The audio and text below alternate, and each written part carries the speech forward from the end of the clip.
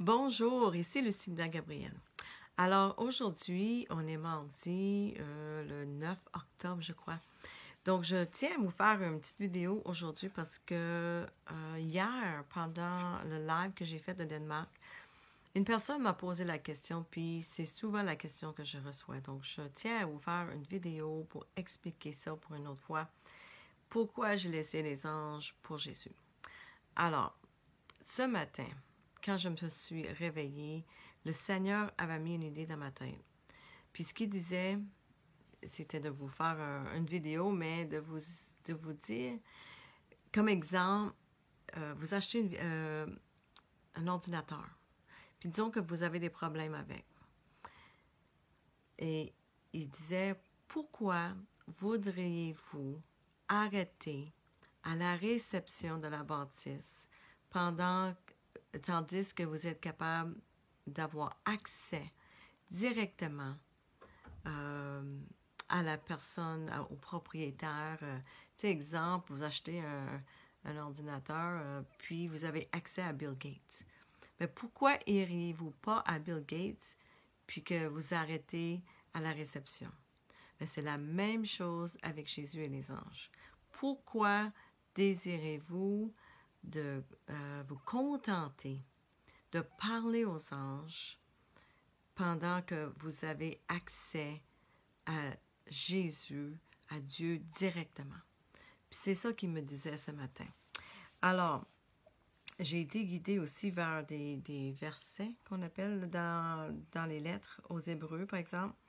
Puis, je vais vous le lire, qu'est-ce que ça dit. Ça dit, il est ainsi devenu d'autant supérieur aux anges. Donc, ça parle de Jésus. Il est ainsi devenu d'autant supérieur aux anges qu'il a hérité d'un nom bien plus remarquable encore que le leur.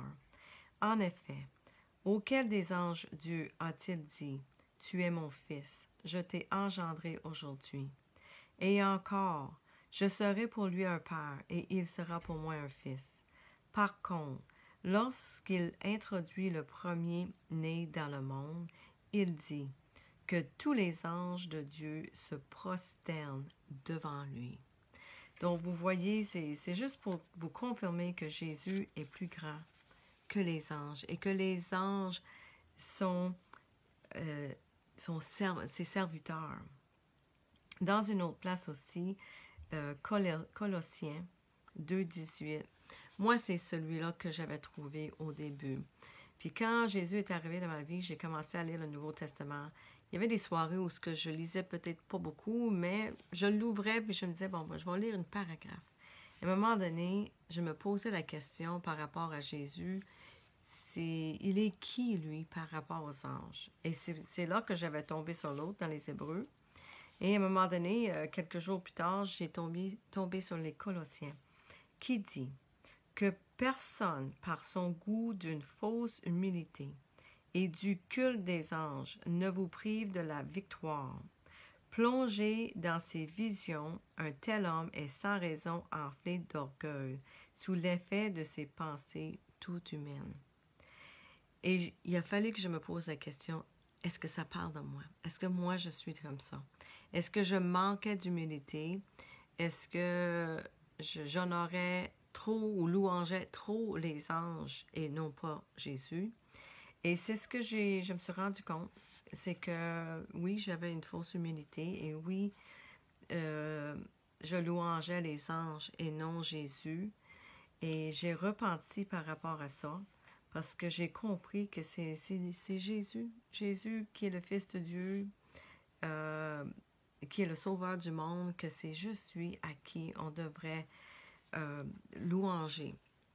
Donc, c'est ça la réponse à ma question, du comment, du pourquoi, parce que je sais la vérité aujourd'hui, c'est que Jésus est plus grand que les anges et que nous ne devrions pas louanger les anges. Ça, c'est comme arrêter à la réception d'une corporation quand on a accès directement au grand boss.